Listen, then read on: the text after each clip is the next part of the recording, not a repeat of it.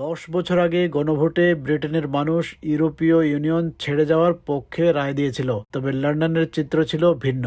রাজধানী লন্ডনের অধিকাংশ মানুষ ইউরোপীয় ইউনিয়নে থেকে যাওয়ার পক্ষে ভোট দিলেও নগরীর 5টি কাউন্সিলের ভোটার ব্রেক্সিটকে সমর্থন করেছিল।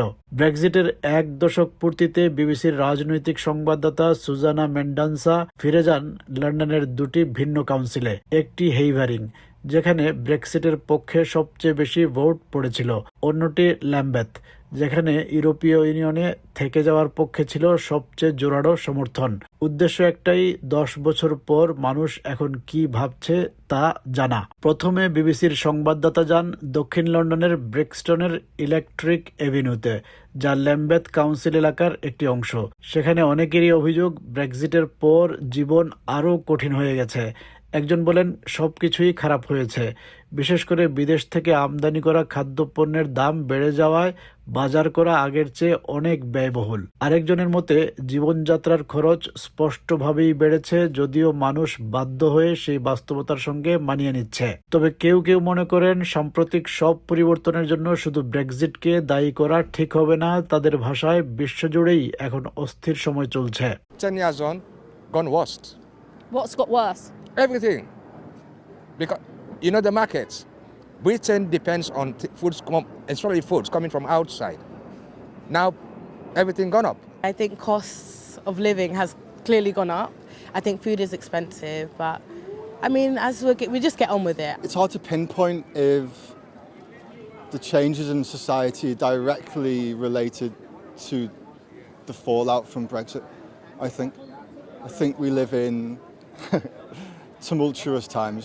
এই অভিজ্ঞতার সঙ্গে মিল রয়েছে গ্রেটার লন্ডন অথরিটির সাম্প্রতিক এক বিশ্লেষণেরও। সেখানে বলা হয়েছে, ব্রেক্সিট লন্ডনের কর্মসংস্থান সৃষ্টি, উৎপাদনশীলতা বৃদ্ধি এবং মানুষের জীবনযাত্রার মান উন্নয়নের সম্ভাবনাকে সীমিত করেছে। তবে একই প্রতিবেদনে এই কথাও উল্লেখ করা হয়েছে, 2016 সালের পর ঘটে যাওয়া সব অর্থনৈতিক ও সামাজিক পরিবর্তনের জন্য একমাত্র ব্রেক্সিটকে দায়ী করা যায় না। এদিকে লন্ডনের লেবার পার্টির মেয়র সাদিক খান গণভোটের সময় ইউরোপীয় ইউনিয়নে থাকার পক্ষে প্রচার করেছিলেন। তিনি এখনো মনে করেন, ব্রেক্সিট লন্ডনের জন্য ক্ষতিকর হয়েছে। তার দাবি, ব্রেক্সিট না হলে লন্ডনের অর্থনীতি আরও বড় হতো, লন্ডনবাসীর গড় আয়ও বেশি থাকতো। তার মতে, ব্রেক্সিটের কারণে বিনিয়োগ এবং আন্তর্জাতিক বাণিজ্য দুটোই কমেছে। Research shows that the size of London's economy is £30 billion smaller than otherwise would be. The average Londoner is £3,400 less well off. We've seen less investment, less trade as a consequence of Brexit. এরপর সুজানা মেন্ডোনসা যান পূর্ব লন্ডনের রমফোর্ডে, যা হেইভারিং council এলাকার অন্তর্ভুক্ত। এখানকার মানুষ 10 বছর আগে স্পষ্টভাবে ব্রেক্সিটের পক্ষে ভোট দিয়েছিলেন, কিন্তু আজ তাদের মতামত একরকম নয়। কেউ মনে করেন, ব্রেক্সিটের সুফল মানুষ পায়নি, কারণ এটি কখনোই সঠিকভাবে বাস্তবায়ন করা হয়নি। আবার কেউ বলেন, কোভিড-19 মহামারীর প্রভাব আলাদা করে দেখলেও মূল্যস্ফীতি এবং নিত্যপণ্যের দাম বেড়ে যাওয়ার পেছনে ব্রেক্সিটের বড় ভূমিকা রয়েছে। অন্যদিকে কিছু মানুষের মতে, ইমিগ্রেশন এখনও একটি বড় সমস্যা এবং সেই কারণেই তারা ব্রেক্সিটকে সমর্থন করেছিলেন।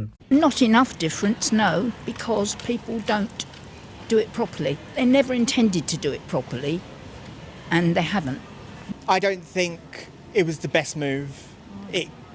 Obviously there was COVID and all that, but even taking that out of the equation, I think inflation, the rates of stuff in shops and stuff, it shot up quite a bit because of Brexit. A lot of people aren't fully satisfied.